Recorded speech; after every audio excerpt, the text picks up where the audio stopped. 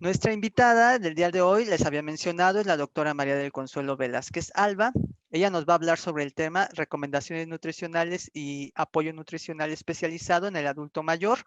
con COVID-19.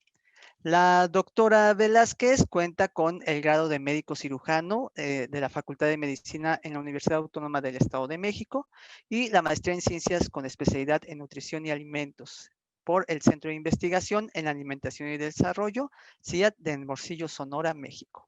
Cuenta con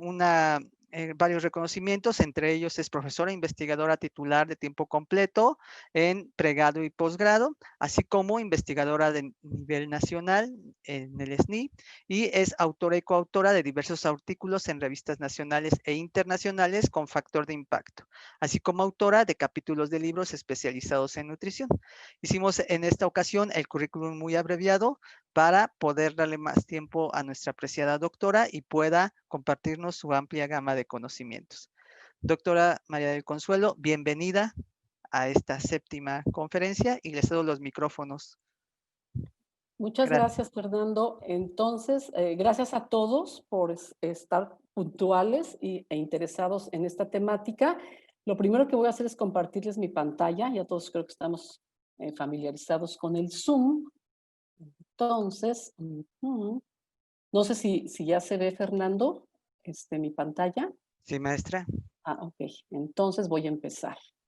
Bueno, antes que Gracias. nada, déjenme minimizarme. Ajá. Antes que nada, quisiera dar las gracias a las autoridades de mi universidad, de la Unidad Xochimilco, a la jefa del Departamento de Atención a la Salud, la maestra María de los Ángeles, a mi jefa del área de investigación, salud y sociedad, la doctora Carolina, por invitarme, y pues me siento muy honrada del día de hoy poder platicarles de un tema de interés actual, donde no solamente yo lo trabajé, sino también quiero agradecer a mi ayudante de investigación, la licenciada en nutrición María Fernanda Cabrera Rosales, quien además es especialista en nutrición gerontológica,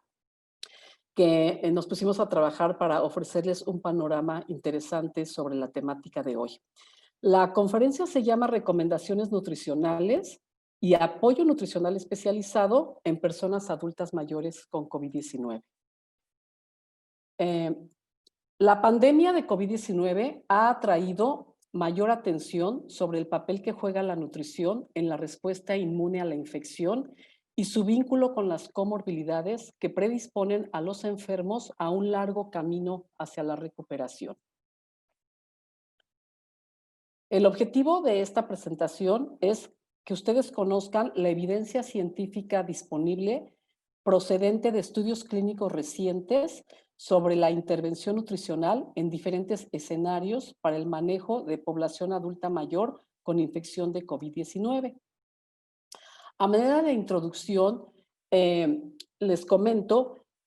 que la enfermedad causada por este nuevo virus es actualmente el problema de salud pública más grave en todo el mundo. Es de lo que se habla, ¿no? Es el tema.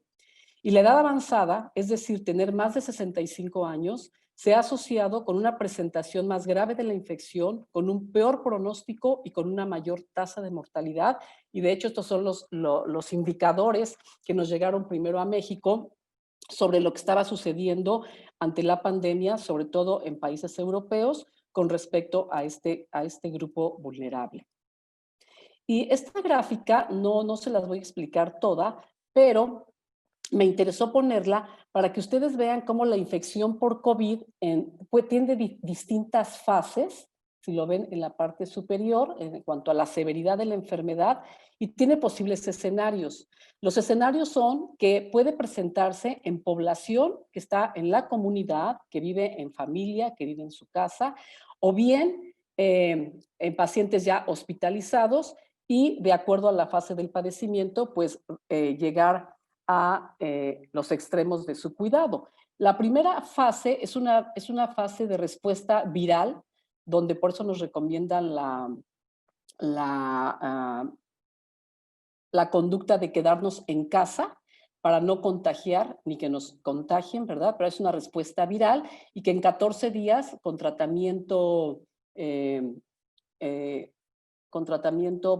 general se puede resolver. Pero si no se resuelve con este tratamiento de antivirales o analgésicos, antiinflamatorios, podemos pasar a la siguiente fase, donde quizás requiramos ya de la hospitalización o bien incluso, eh, estoy como trabándome porque cada vez que aparece una persona, se me quita no veo la pantalla adecuadamente, perdón. Ay, es que parece ser que yo soy los que estoy aceptando a las personas, a los que los estoy admitiendo. Ok. Bueno, entonces vamos a ver que de esta fase 1 se puede pasar a la fase 2, que es donde ya hay una afectación a nivel pulmonar, o entre la fase 2 y 3 existe esta afección pulmonar con una respuesta de hiperinflamación que puede llevar a la fase 4 al paciente, que ya donde puede entrar en una fase de riesgo vascular y trombótico, donde ya se va a manejar por la unidad de cuidados intensivos. Entonces, yo voy a hablarles un poco de la nutrición desde la fase 1 y cómo podemos llegar incluso al apoyo nutricional especializado en la fase 4. Bien. Entonces, la atención nutricional para la salud de las personas que envejecen generalmente suele ser ignorada. Yo tengo muchos años dedicada a esta área de la medicina y es de lo que me doy cuenta.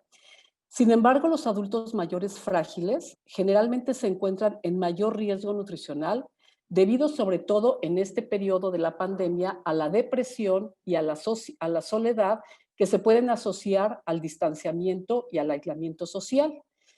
Y si estos datos favorecen la anorexia, la pérdida del apetito, el que empiecen a comer mal, pues puede empezarse a desarrollar la desnutrición. Y la desnutrición va a impactar negativamente el pronóstico y la recuperación de aquellos que se infecten con el virus COVID-19. Todos sabemos, esto no es una novedad, que la nutrición debe ser adecuada, completa, suficiente, equilibrada e inocua, y que con estas características, la propia alimentación que tenemos todos los días nos va a ayudar a mantener un sistema inmune saludable, el cual es esencial para la prevención y el manejo de las infecciones virales, específicamente la producida actualmente por COVID-19, lo cual pues, nos marca un tremendo desafío para no llegar a la gravedad y al extremo de la misma enfermedad. La infección por COVID-19 en la población de adultos mayores, sobre todo en los de más edad avanzada y que presentan enfermedades múltiples y crónicas, se han asociado a un mayor estado nutricional deteriorado y también a la pérdida de la masa, la fuerza y la función del músculo esquelético, situación o entidad clínica conocida como sarcopenia, todo lo cual va a favorecer un mayor riesgo para el desarrollo de una condición crítica, que es el síndrome de dificultad respiratoria aguda. Desde el punto de vista nutricional, también sabemos que no solamente la edad, sino comorbilidades asociadas, y en México se ha hablado mucho del problema de la obesidad que tenemos. Bueno, se ha considerado que existe un tipo, se ha considerado, perdón, que la obesidad es un tipo específico de malnutrición y que se acompaña o que se produjo más bien por el exceso en la ingesta de energía y macronutrientes y que se ha acompañado de deficiencias de micronutrientes que a veces no son detectados, pero se ha asociado a enfermedad cardiovascular y a situaciones metabólicas como la resistencia a la insulina y el desarrollo de la diabetes. Con respecto a COVID, hay estudios donde se ha observado que el índice de masa corporal elevado en estos pacientes se ha asociado a un mal pronóstico en aquellos que además tienen otras comorbilidades como puede ser la enfermedad cardiovascular y la diabetes, o bien incluso se ha hablado ahora de la obesidad sarcopénica, es decir, el exceso de grasa corporal, la disminución de masa muscular, ha presentado también en algunas publicaciones que se han reportado sobre COVID-19 un aumento en resultados adversos ante estas condiciones. Este trabajo es muy interesante porque habla de las herramientas de tamizaje de riesgo nutricional para adultos mayores con COVID. Es un trabajo interesante porque es una revisión sistematizada donde se habla de la importancia de evaluar el estado de nutrición de los adultos mayores y nos platica sobre los diferentes métodos que existen. y su objetivo fue identificar y valorar las distintas herramientas de tamizaje nutricional y sobre todo si hay aquí en la sala estudiantes de nutrición, nutriólogos o médicos especialistas en nutrición clínica, o que se familiarizan con esta temática, las van a conocer. No me voy a detener a hablar de cada una de ellas. Son las herramientas que se evaluaron en esta revisión sistematizada para ver cuál tenía más asociación con algunos elementos que tienen que ver con la infección por COVID. De tal manera que lo que los autores concluyen es que encontraron una mejor validez predictiva de la herramienta conocida como Mini Nutritional Assessment Short Format, es decir, la evaluación mínima del estado de nutrición en su formato corto, justamente para predecir la falta de apetito, es decir, la anorexia y la pérdida de peso. Nutrition Risk Screening es un tamizaje de riesgo nutricional que se diseñó y se publicó en 2002, por eso tiene ese número, y fue predictiva para la duración de la estancia hospitalaria en los pacientes con COVID. Todos estos pacientes son adultos mayores. Y MNutric, que es una herramienta modificada que se conoce como Nutric y que se usa mucho en unidades de cuidados intensivos, se vio que era la que mejor validez predictiva presentaba para complicaciones justamente como el síndrome de dificultad respiratoria aguda, el estado de choque, el infarto agudo del miocardio, infecciones bacterianas secundarias y evidentemente ante esta situación, pues mayor mortalidad. Les recuerdo brevemente que el formato corto de la Mini Nutritional Assessment considera estos 6 elementos. Tenemos que pesar y medir a nuestros pacientes para conocer su índice de masa corporal. Les vamos a preguntar si han perdido peso en los últimos 3 meses previos al día de la evaluación, si han presentado alguna enfermedad aguda o estrés importante en los últimos 3 meses, cómo se encuentran en su movilidad, si esta está comprometida, si tienen algún problema de demencia o depresión, si han disminuido su ingesta de alimentos en los últimos 3 meses, y es un sistema de puntuación y finalmente nos permite tener un diagnóstico de estado de nutrición normal, de riesgo de desnutrición o franca desnutrición. Y el cuestionario de tamizaje de riesgo nutricional 2002 también es un sistema de puntuación que va a permitirnos conocer el deterioro o no del estado de nutrición del sujeto, considerando también la pérdida de peso, el índice de masa corporal y algunas otras situaciones un poco más específicas en cuanto a la severidad de la enfermedad. Y el score que se conoce como Nutric modificado, se usa más para pacientes hospitalizados que incluso tengan algún tipo de apoyo nutricional, como sería la nutrición enteral. Es un sistema también de puntuación donde se evalúa la edad del sujeto, y vean que aquí hablamos de sujetos mayores de 50 años, desde menores de 50 años hasta 50 a 75 y mayor o igual a 75 años. Y involucra también 2 clasificaciones de gravedad que se usan mucho en las unidades de cuidados intensivos y que por su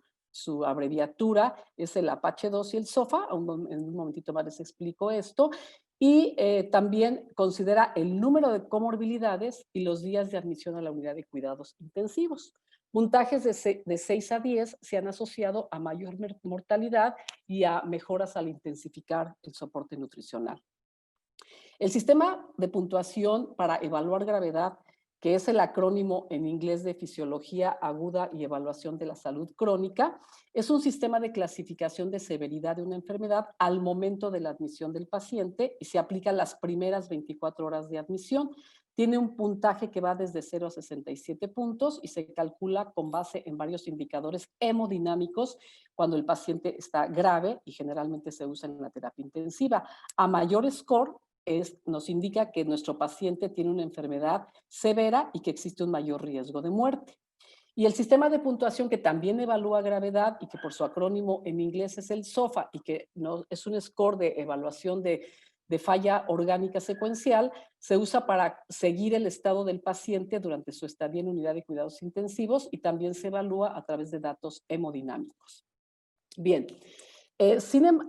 justo a partir de esta pandemia que se originó en China, empezaron a salir muy pronto trabajos como este que les presento, que habla de la prevalencia de la desnutrición y factores relacionados en pacientes hospitalizados con COVID. Este fue uno de los primeros trabajos que salió respecto a esta temática y de hecho vean que fueron pocos los pacientes que estudiaron, es un estudio de corte transversal, 182, pero ahí empezó el problema,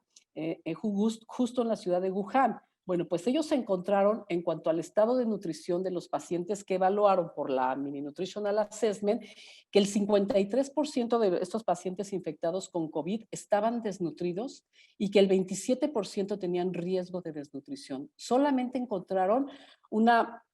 prevalencia del 20% de normalidad en su grupo y además observaron diferencias estadísticamente significativas entre los grupos de acuerdo a estos factores que les menciono, como es la incidencia de diabetes, el índice de masa corporal, la circunferencia de pantorrilla, la albúmina, la hemoglobina y el recuento total de linfocitos. A su vez, en el trabajo encontramos un modelo de regresión múltiple que nos habla de 3 variables que tuvieron un odds ratio, es decir, una probabilidad de favorecer la desnutrición en estos pacientes con COVID, como fue aquellos que eran diabéticos, aquellos que tenían una circunferencia de pantorrilla disminuida o bien aquellos que tenían una albúmina plasmática también disminuida. Y entonces aquí empezamos a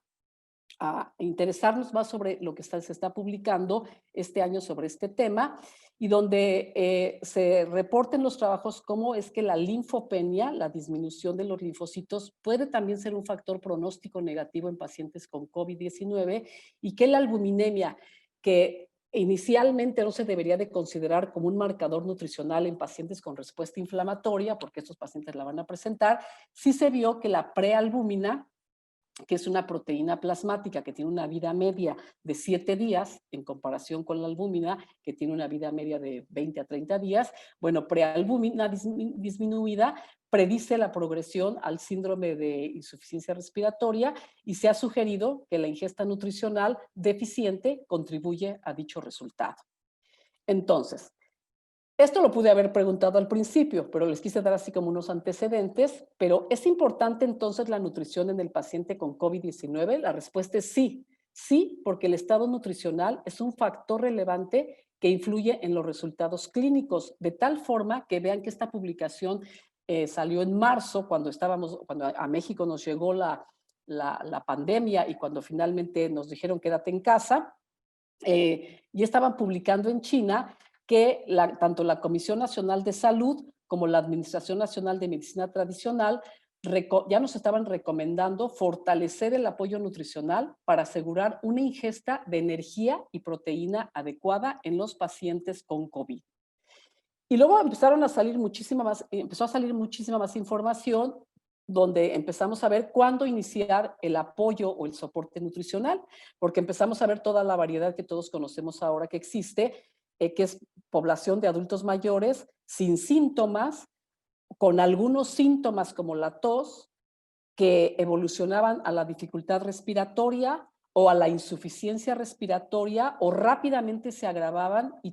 tienen que llegar a la admisión a unidad de cuidados intensivos con una probabilidad de morir.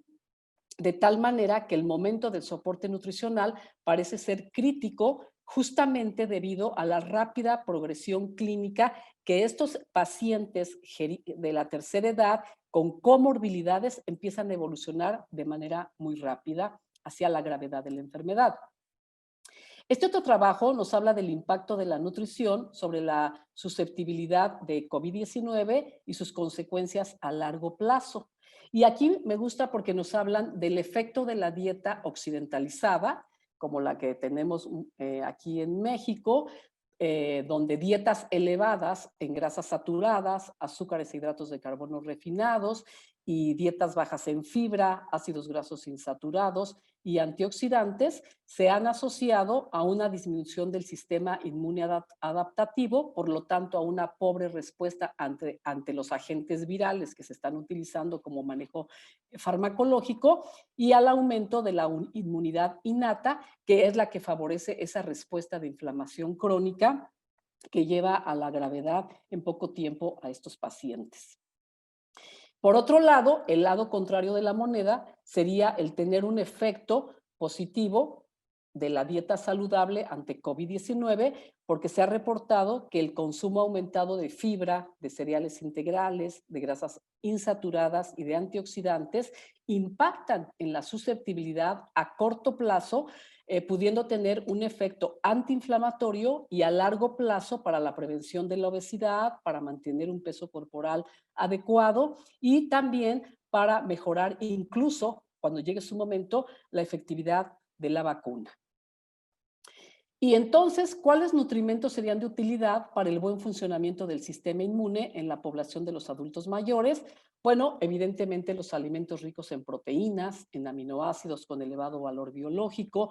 vitaminas como algunas de las que les menciono en esta diapositiva, así como minerales que también se muestran en esta diapositiva y que más adelante les voy a dar detalle, más información detallada con este otro trabajo que se publicó recientemente y que habla del estado actual de la evidencia en cuanto a los factores nutricionales y nutrigenéticos dentro del marco de la pandemia de COVID-19. Los objetivos de este trabajo fueron identificar nutrientes que promuevan el funcionamiento del sistema inmune y analizar el estado de dichos nutrientes en países europeos y su relación con indicadores epidemiológicos también por COVID-19.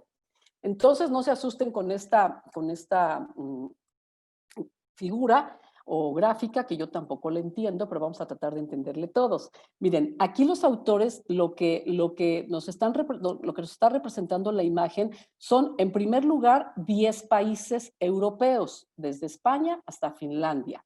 Luego vamos a ver el consumo de vitaminas, en este caso, con una medición de unidad Z-score. Y estas vitaminas que ellos seleccionaron son relevantes para estos pacientes y fueron la vitamina D, la vitamina C, la vitamina B6, vitamina A, folatos y vitamina B12. Y luego, ¿qué hicieron con estas líneas que ustedes ven en gris y en naranja? En naranja nos habla de la incidencia de COVID en estos países y en gris vemos la mortalidad por COVID. Entonces, me quedo con España para no confundirlos. España es uno de los países donde la población de adultos mayores consume menos las vitaminas que les acabo de mencionar y es de los países que ha tenido mayor incidencia y mayor mortalidad, igual que Bélgica. Vean ustedes que tenían una disminución en la ingesta de las vitaminas, pero son los que están mostrando una mayor tanto incidencia como mortalidad por infección de COVID-19, a diferencia, por ejemplo, de países como Alemania, donde ven que el consumo es bastante adecuado de estas vitaminas que estos autores seleccionaron.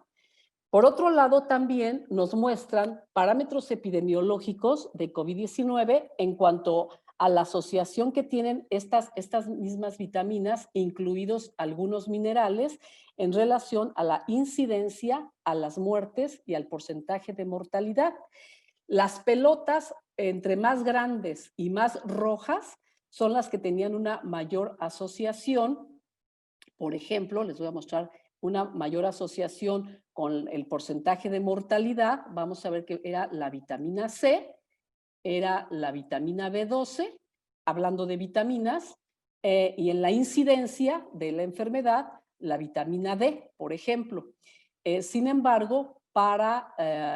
también en incidencia he de mencionar la vitamina B12 y como minerales, el hierro de alguna manera también tuvo una representatividad.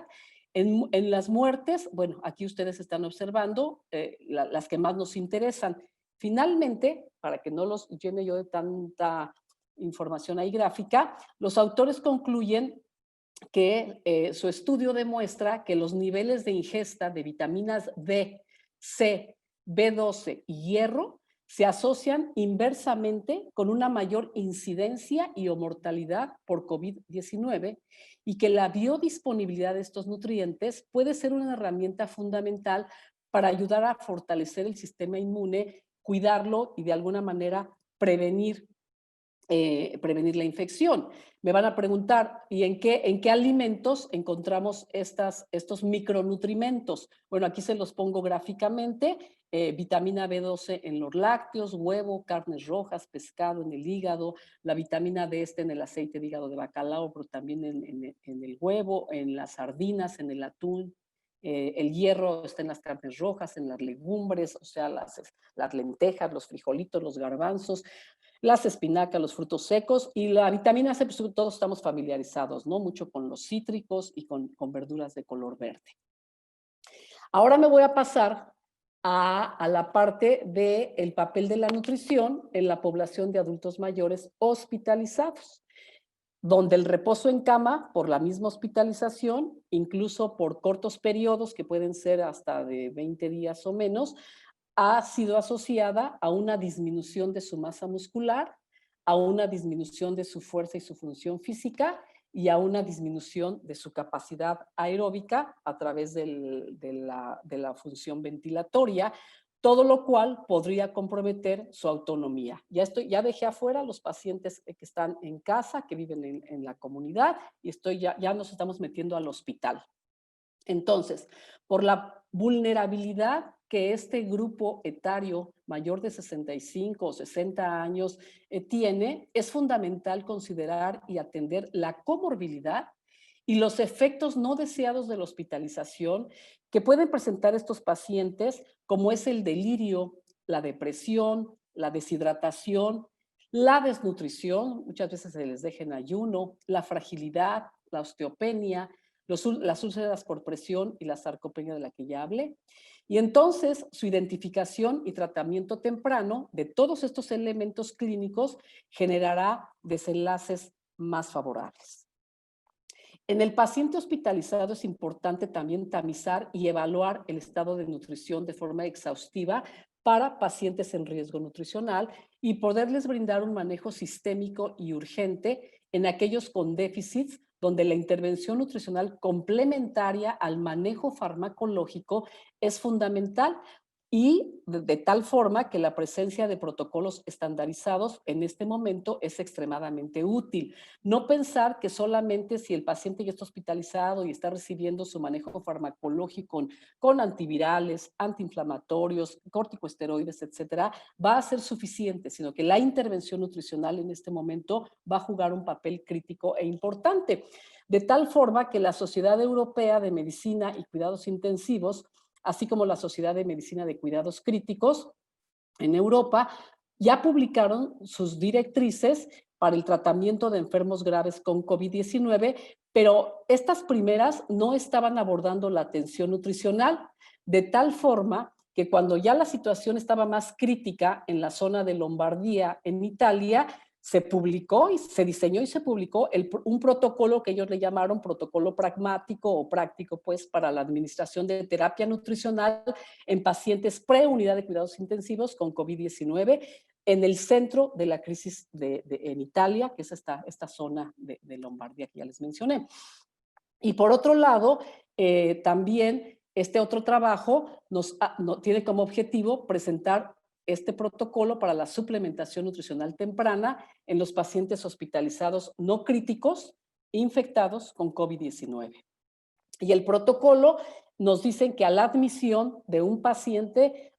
adulto mayor que llegue al hospital hay que registrar su peso corporal y evaluar parámetros bioquímicos relevantes. Hay que hacerle un tamizaje simplificado de riesgo nutricional, si tiene un índice de masa corporal por debajo de 22, si ha perdido peso en los últimos 3 meses, si ha disminuido su ingesta de alimentos, para iniciar la suplementación sistemática con,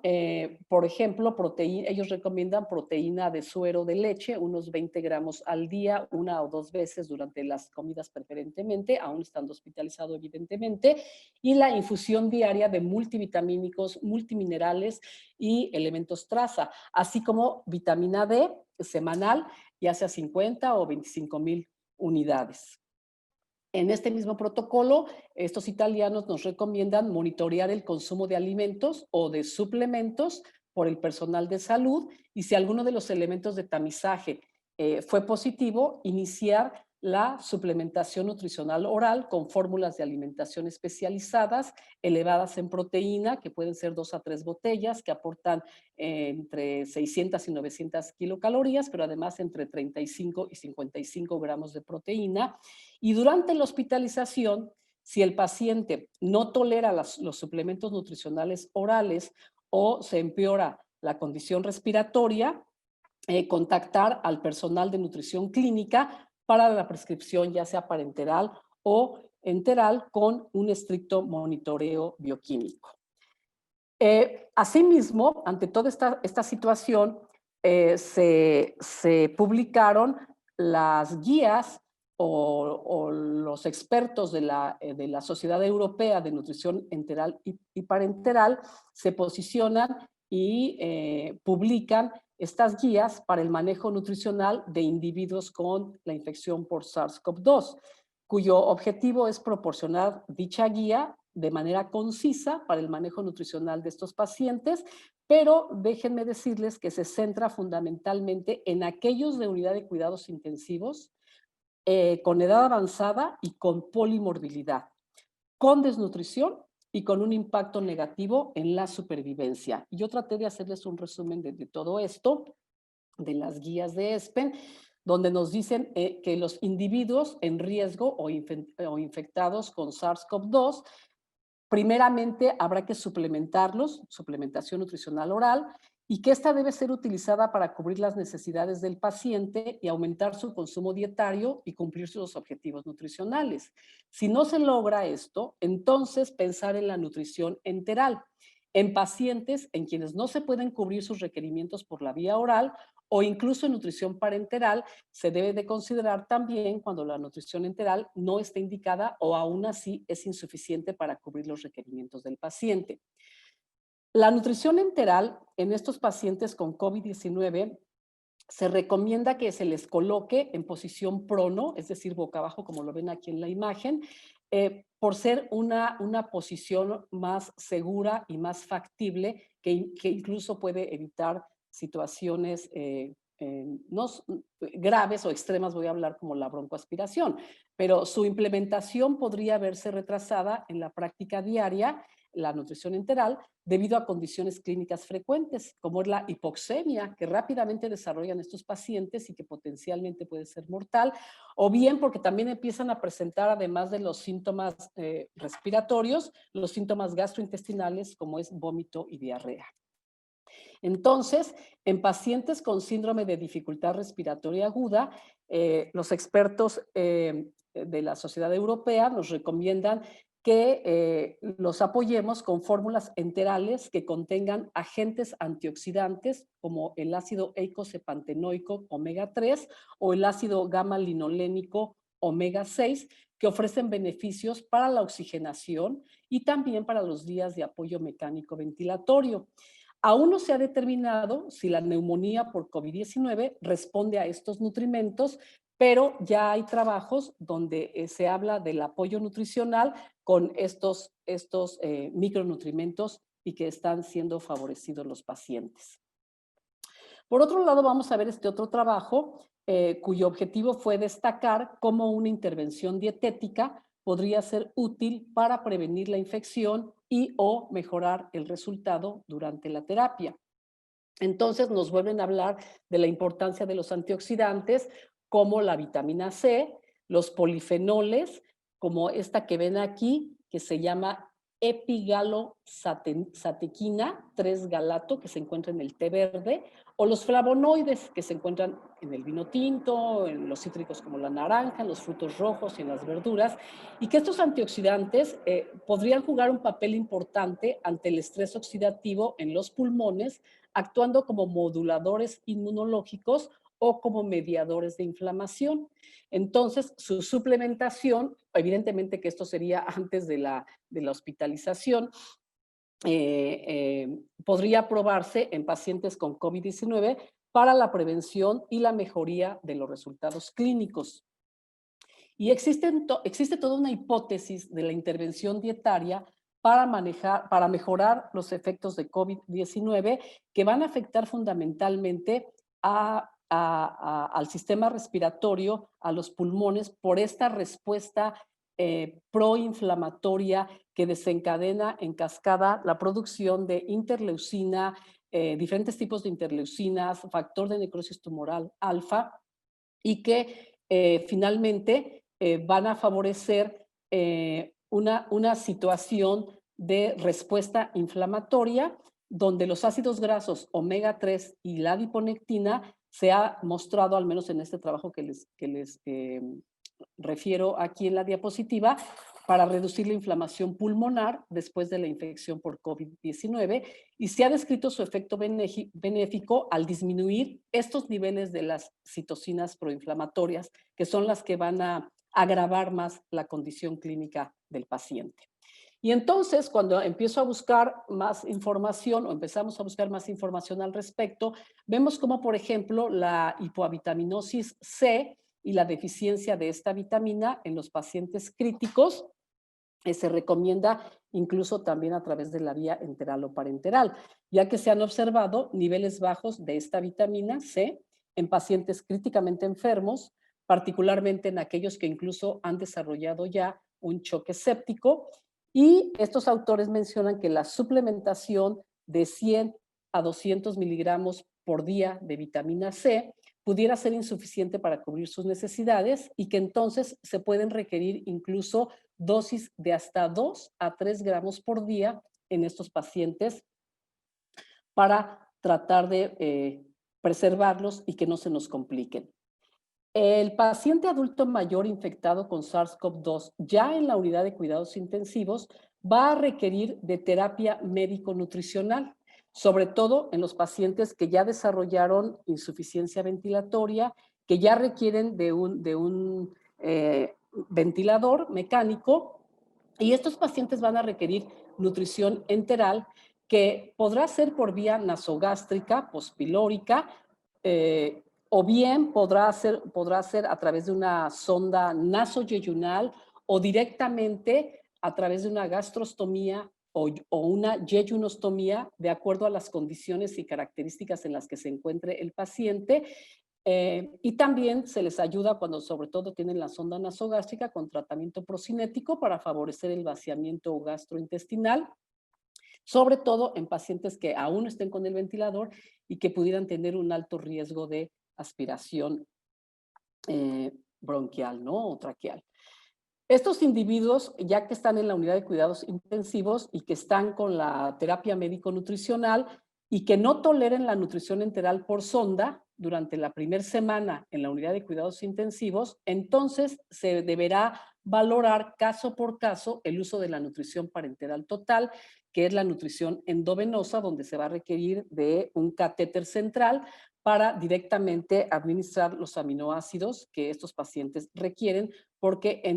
pueden entrar en una fase de hipermetabolismo o catabolismo o hipercatabolismo, que son los que muchas veces los condicionan a agravarse rápidamente y en poco tiempo, o incluso en algunos casos en pocas horas fallecer. Entonces, la nutrición en la unidad de cuidados intensivos también se ha utilizado en los pacientes con disfagia, es decir, estos son los pacientes que estuvieron en el ventilador, pero que mejoraron, que los extubaron del ventilador y que tienen dolor al paso de los alimentos por la cánula endotraqueal que tuvieron colocada durante una semana, durante 2 semanas, varía. Y entonces, en estos pacientes que tienen dolor al paso de los alimentos, se recomienda que se les empiecen a ofrecer alimentos modificados en texturas después de la extubación, y si la deglución no es segura, se deberá continuar con la nutrición enteral. También se recomienda que incluso si no se llegan a cubrir los requerimientos de todos los nutrientes y energía de estos pacientes, también reciban un apoyo mixto, es decir, nutrición enteral, nutrición parenteral o nutrición oral y nutrición enteral simultáneamente hasta que puedan ir mejorando en todas sus condiciones. Bueno, pues miren, vamos a tener mucho tiempo para preguntas porque ya estoy terminando la presentación Y la conclusión de esto, de esta presentación que les preparé, pues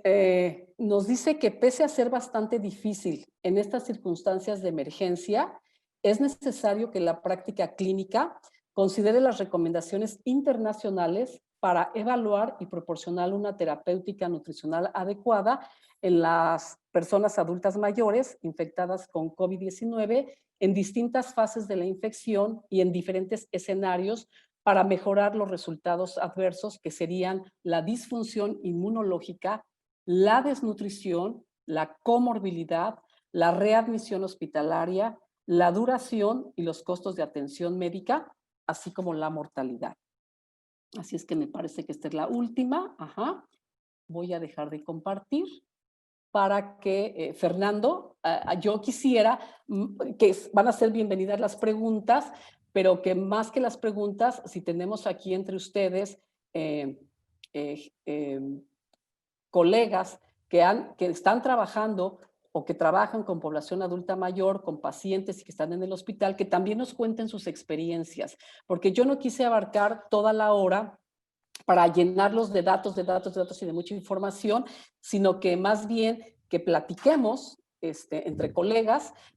sobre esta situación que va a ser histórica a nivel de, pues, de la humanidad, porque a todos nos está afectando dicha pandemia y porque todos tenemos en casa, espero que afortunadamente o la mayoría, a nuestros abuelos, a nuestros padres y que los estemos cuidando para que no se contagien, no adquieran la infección de COVID, que previamente los alimentemos bien, con una alimentación saludable y que tratemos de minimizar todo el riesgo que se tiene por una mala nutrición y no tener que llegar a estas técnicas que al final les presenté, como serían el caso de ya tener a un paciente de la tercera edad en una unidad de cuidados intensivos y con apoyo ventilatorio y con una probabilidad de resultados adversos y de mortalidad muy grande. Entonces, Fernando, te cedo la palabra y tenemos tiempo para Gracias, maestra. charlar. Bien, vamos ahorita a pasar a las preguntas que tenemos aquí en el chat para que de una manera organizada, si alguien quiere compartir esta experiencia, pueda levantar la mano y podamos cederle la palabra, pero de manera ordenada, si no sería un desorden el que puedan prender el micrófono todos. Entonces lo haremos de esa manera, doctora. Entonces, bueno, para empezar, la primera pregunta que tenemos está realizada, bueno, no tengo el nombre, aparece como 750745 y dice: habría que hacer más rica en estas vitaminas la dieta mediterránea, que se considera una de las mejores o más completas. Pues no habría que hacerla. Ya hay patrones de alimentación que se ha demostrado que son saludables, como es el caso efectivamente de la dieta mediterránea, como es el caso de la dieta DASH, que es una dieta especializada para el control de la hipertensión arterial, pero que también se usa para el manejo de la obesidad, y que este tipo de patrones de alimentación, así como la dieta Okinawa, específicamente para la población de adultos mayores, es de utilidad. Pero en México, nosotros también hablamos ahora de la dieta de la milpa. La dieta de la milpa que tiene también varios alimentos que contienen algunos de los nutrientes que yo he mencionado, porque sí, la dieta, estos patrones de alimentación saludables nos pueden ayudar a mantenernos sanos. La situación es que cuando llega el virus, cuando tenemos contacto con el virus, y sobre todo nuestra población de adultos mayores, que se ha alimentado mal, que viene arrastrando un riesgo de malnutrición o que está desnutrida y llega el virus, va a ser difícil que con la alimentación vía oral, con las características de estos patrones de alimentación saludables,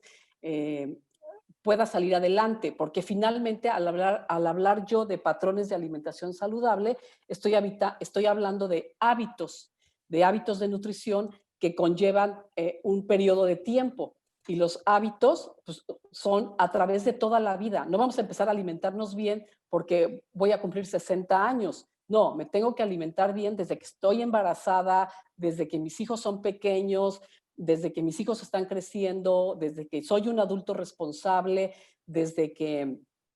quiero evitar tantas comorbilidades, que es lo que nos está sucediendo ahora en México, y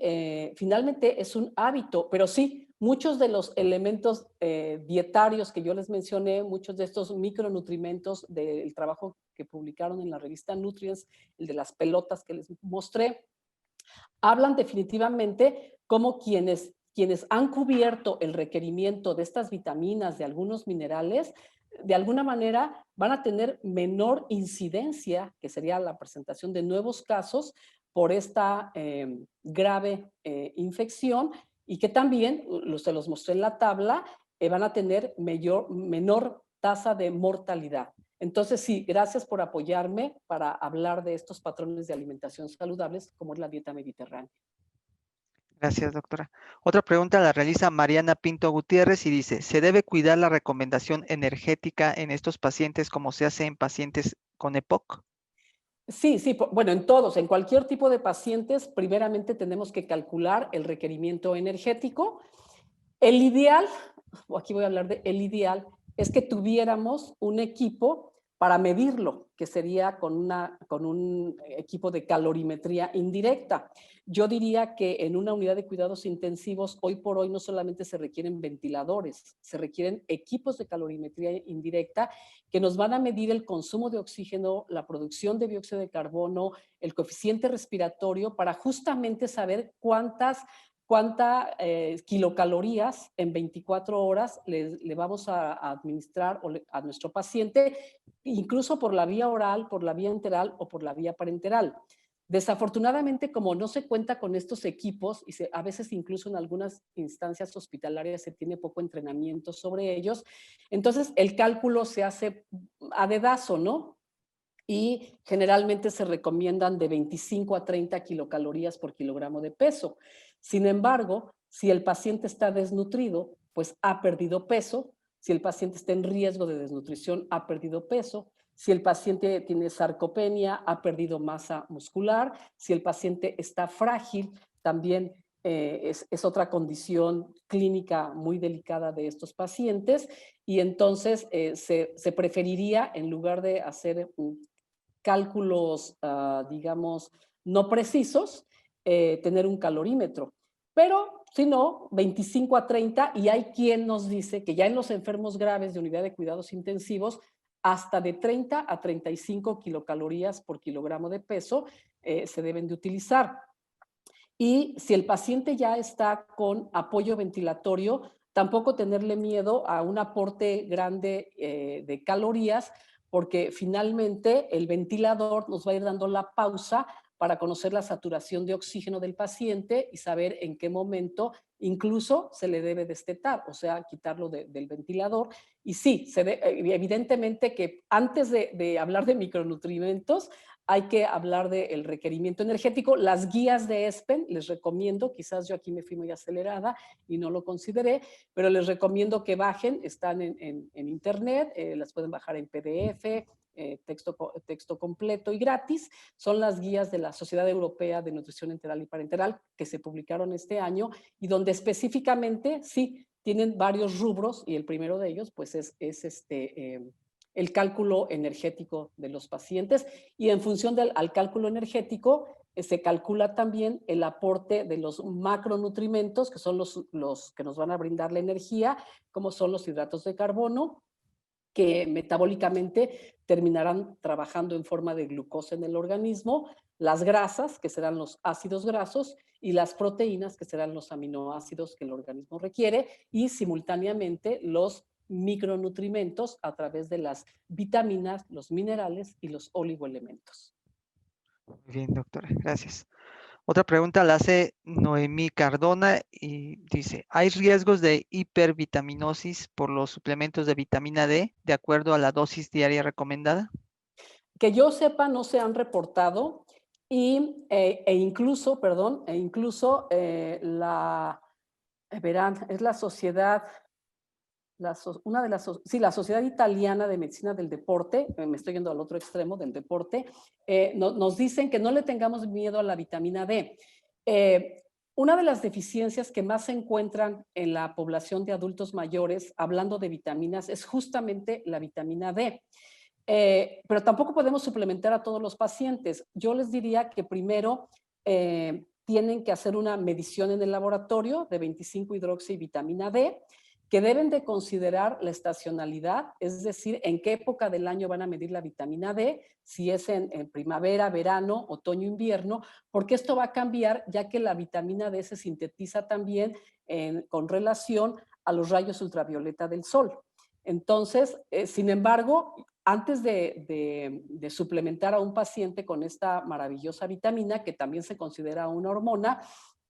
y que ustedes lo vieron en el trabajo que les presenté de Nutrients, que fue una de las vitaminas que más se asoció a la mortalidad y a la incidencia de COVID-19, nos dicen los expertos que no le tengamos miedo, una vez que ya la medimos, a la suplementación. Y hay quien estaba suplementando con 400, 800 y hasta 1000 unidades internacionales. Y se ha visto que en pacientes graves con este tipo de infecciones se pueden administrar hasta 5000 unidades al día y más. Ajá, dependiendo de en qué situación crítica se encuentra el paciente. Entonces yo les diría, no le tengan miedo a la suplementación con vitamina D, suplementen a sus pacientes de la tercera edad, pero antes midan la vitamina D y después suplementenla. Y también fíjense en la estacionalidad. Ahorita que ya cambió el clima, está empezando a cambiar, estamos ya en el otoño, en el invierno se viene peor, entonces yo sí les recomiendo que midan y que suplementen a los pacientes adultos mayores con esta vitamina hormona. Muchas gracias, doctora. Por aquí también tiene otra pregunta que la realiza Lucio Iscali, que presume ser su exalumno además. Ay. Y dice, Hola. hola, ¿qué información tenemos en México sobre el consumo poblacional de vitaminas relevantes? Bueno, justamente la encuesta nacional Salud y Nutrición 2016, en medio camino, si fue 2016 o 2012, pero ya en las encuestas nacionales de salud y nutrición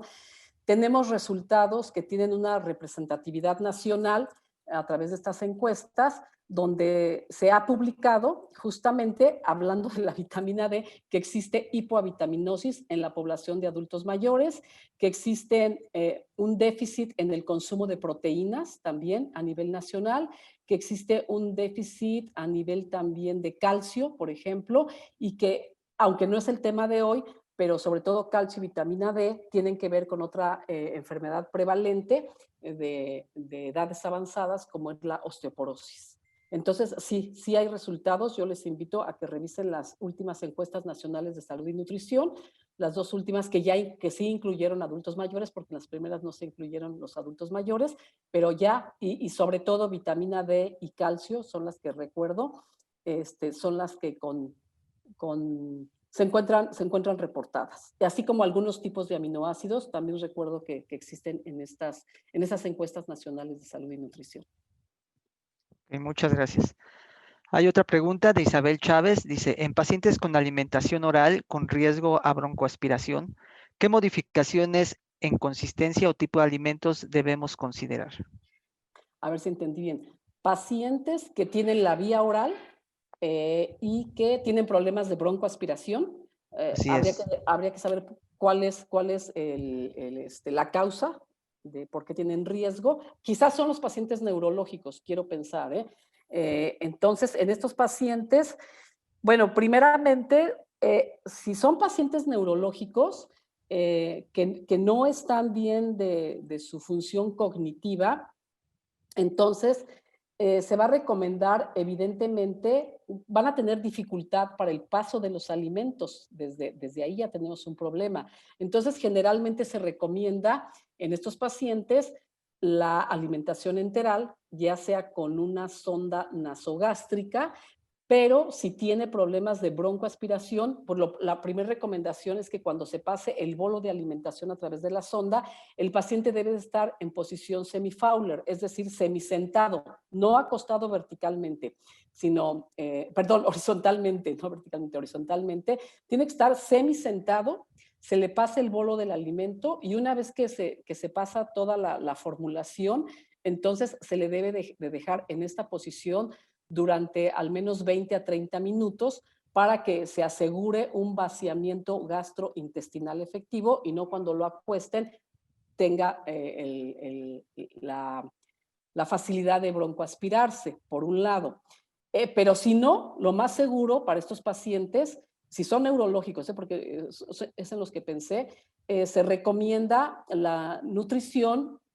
porque va a ser por más tiempo, a través, nutrición enteral evidentemente, a través de una yeyunostomía, porque la yeyunostomía nos va a facilitar la infusión de la fórmula de nutrición especializada que le vamos a recomendar a nuestro paciente por goteo durante las 24 horas. Yo considero que puede ser más efectiva para mantener su estado de nutrición y no llevarlo al riesgo de la desnutrición que muchos de estos pacientes tienen. Y no solamente a la desnutrición, sino a las propias complicaciones de la desnutrición. Estos pacientes generalmente están mucho tiempo encamados y al estar encamados y no movilizarlos, desarrollan escaras, es decir, úlceras por decúbito, y esa es una situación que también los puede llevar a una vulnerabilidad inmunológica importante, porque muchos de estos pacientes se infectan justamente la vía de acceso para la infección, es la úlcera por decúbito, que si no la curamos, también avanza rápidamente y de repente no solamente es una úlcera o una zona inflamada y enrojecida, a veces encontramos verdaderos boquetes en las zonas de presión, como es la zona lumbar, los talones, los codos, de los pacientes que tienen mucho tiempo, que están mucho tiempo encamados. No sé si di la respuesta adecuada, porque no sé si este asunto de la broncoaspiración tenga que ver con el paciente neurológico, que es en el que yo pensé. Ok, muchas gracias, maestra. Bueno, pues con esto culminamos la sesión de preguntas. No veo levantadas manitas, doctora, entonces creo No se que animan. no se animan, andan muy callados, pero en verdad le agradecemos muchísimo su gran participación, su excelente ponencia, ser tan clara con estas temáticas que además son relevantes para este grupo vulnerable y nosotros saber tratar a nuestros respectivos pacientes. A nombre de la jefa del Departamento de Atención a la Salud, le agradecemos en verdad su gran ponencia y le haremos llegar su constancia. Muchas gracias,